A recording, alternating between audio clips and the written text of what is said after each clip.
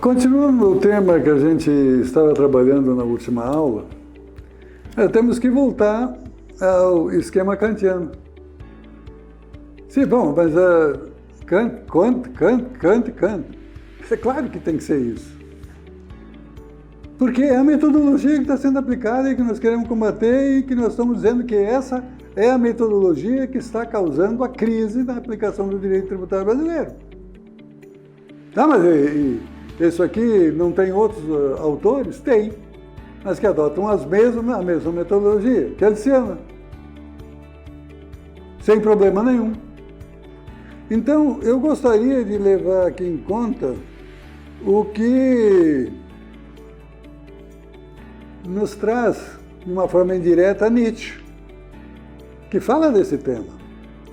Ele diz, nesse contexto torna-se operativo o esquema kantiano de categorias da realidade. Sem as reservas kantianas, ou seja, o real é afirmado quando ocorre o preenchimento adequado das formas vazias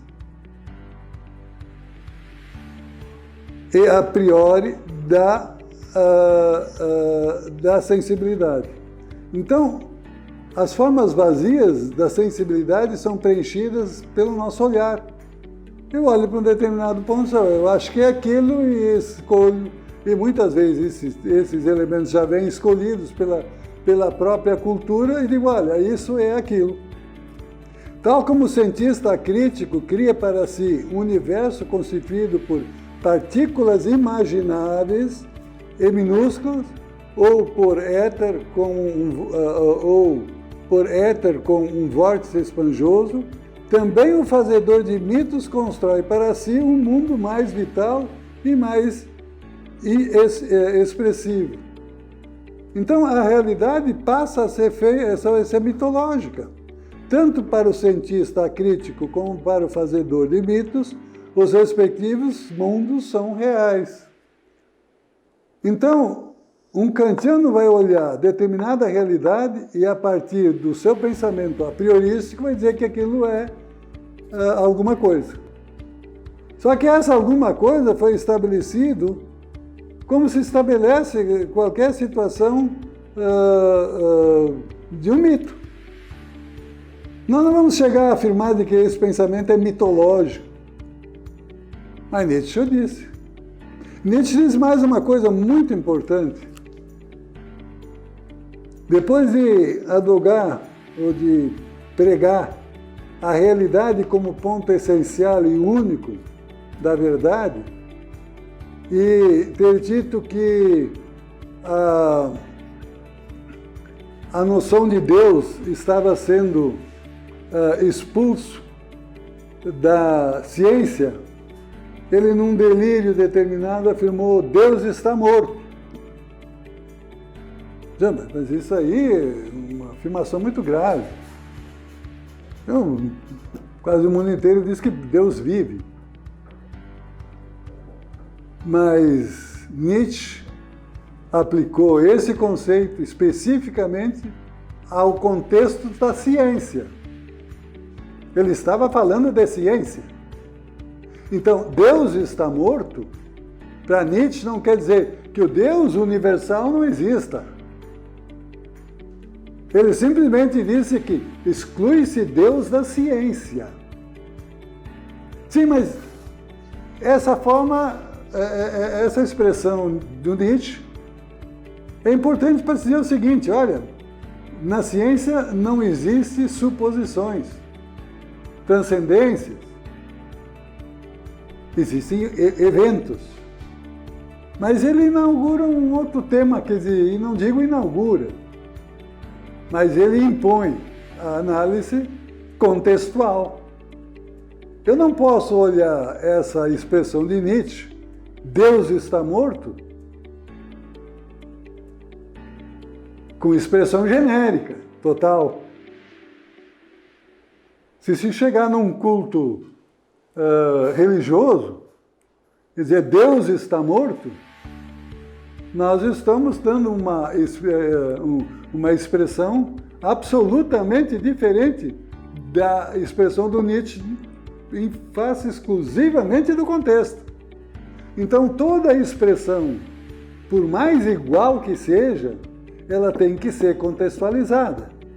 Essa é uma ideia que a gente vai desenvolver nas aulas seguintes. Quer dizer, existe uma palavra que tem seu significado, digamos assim, léxico. Mas essa palavra tem que ser posta, ou a expressão linguística tem que ser posta num contexto que limita a sua aplicação e o seu significado. E depois tem mais um plano, que é o plano do que eu quero dizer, pragmático. Então, se a gente analisar essa posição, essa expressão nietzschiana, Deus está morto, nós temos que dizer, primeiro, bom, morreu, Deus morreu, pronto. Segundo, essa expressão está posta nos limites da ciência. Então, já temos um plano contextual. E o pragmático, ele tem que dizer o seguinte, não se pode utilizar digamos assim, a crença divina como forma de sustentar a realidade. Agora a gente volta para aquele tema que a gente analisou antes, dizendo de que, na realidade, o que está se buscando nesse ponto são as aspirações religiosas, a necessidade de certeza, a vontade de escrever no próprio mundo a perfeição e a harmonia. Bom, direito positivo não tem nada a ver com a questão religiosa, mas se persegue exatamente essa segurança que a posição, que a metodologia religiosa quer nos dar. O mundo é perfeito, criado por Deus, e tudo que existe é o verbo divino. Vamos utilizar essa questão religiosa para a ciência. Averroes, no século XIII, examinando as obras de Aristóteles, já afirmava: religião é uma coisa e ciência é outra. E essa posição de Averroes foi adotada pela escolástica cristã e que foi dita praticamente da mesma forma pelos caras que seguiram. São Tomás de Aquino não afirmou muita coisa diferente de Averroes. Só que Averroes era muçulmano, um dos formadores, um dos articuladores das estruturas da escolástica muçulmana. E a Igreja cristã continuou com esse mesmo argumento, baseado em Aristóteles. A contrariedade que havia é que muitos diziam que a Igreja cristã deveria seguir exclusivamente a obra de Platão. Só por isso que as obras de Aristóteles foram perseguidas, porque eles diziam, olha, a realidade forma o mundo, enquanto que a escolástica dizendo, o mundo é formado por Deus. E com isso eles adotavam Platão e diziam, olha, se Platão tivesse conhecido a escolástica cristã, ele mudaria de posição. Só que Platão utilizou o plano científico dos pré-socráticos que estabeleceram os sistemas articulados da realidade de uma forma quadramente perfeita.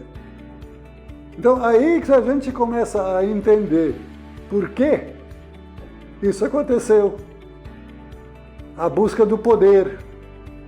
O poder da escolástica dentro de um lado muçulmano com o poder da escolástica cristã, articulada com os governos, eles governavam o mundo.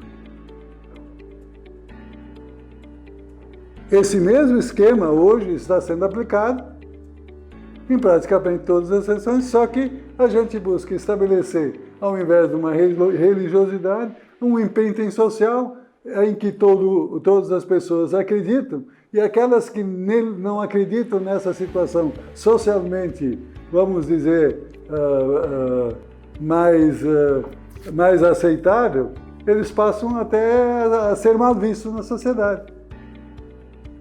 Mas isso é forma de domínio político, muitas vezes de uma minoria, que busca se impor como governante, e a grande parte explorando a minoria em seu benefício. Bom, mas isso é ciência. E nós estamos tentando ver se a gente desarticula essa forma de pensar dogmática, e que basta ser afirmado diversas vezes para que ela se imponha, para que ela seja aceita como verdade. Nesse ponto, o que se busca aqui, continuando, a palavra não tem um sentido fixo, ao contrário, serve a um jogo de forças, onde mesmo quem diz é, em última instância, é produto. Quer dizer, se eu afirmo isto é, muitas vezes esse meu é decorrente de uma situação que foi produzida no âmbito social. O conjunto de signos produzidos pelos homens é um conjunto de contornos vazios, sempre abertos a novos preenchimentos, a novos sentidos, sentido que é sempre produto de uma tensão de força, de uma guerra. Quando o signo assume seu lugar de ficção, como ilusão, ele nega a si mesmo como verdade, e por afirmar-se como invenção, como perspectiva. Então, essas invenções que são feitas por via das palavras, será que não estão sendo utilizadas como parte das definições judiciais? Em que se buscam palavras que não são preenchidas pela realidade, lhes dá um significado a priorístico, quer dizer, como Protágoras, cada um é a medida do mundo, e assim a realidade vai sendo estabelecida. Não, mas tu está exagerando. Para aí. Bom, mas aí vamos tomar uma decisão sobre o que é mercadoria. Vamos ver quantos ministros concordam com uma mesma situação a partir de uma mesma metodologia, de um mesmo paradigma. Cada um pensa como quer. É contra isso que está se trabalhando. É os limites que o magistrado tem para afirmar suas decisões. Será que isso não é importante para nós advogados? Para a ciência jurídica e essencialmente para toda a nação brasileira?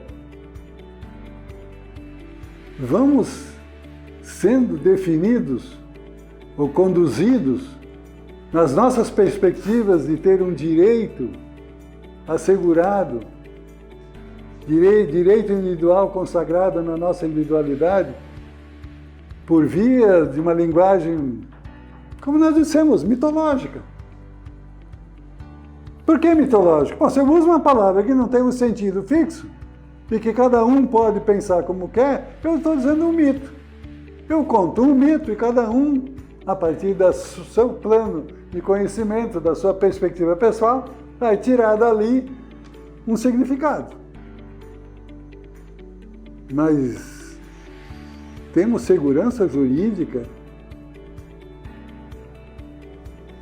aplicando essa forma de pensar?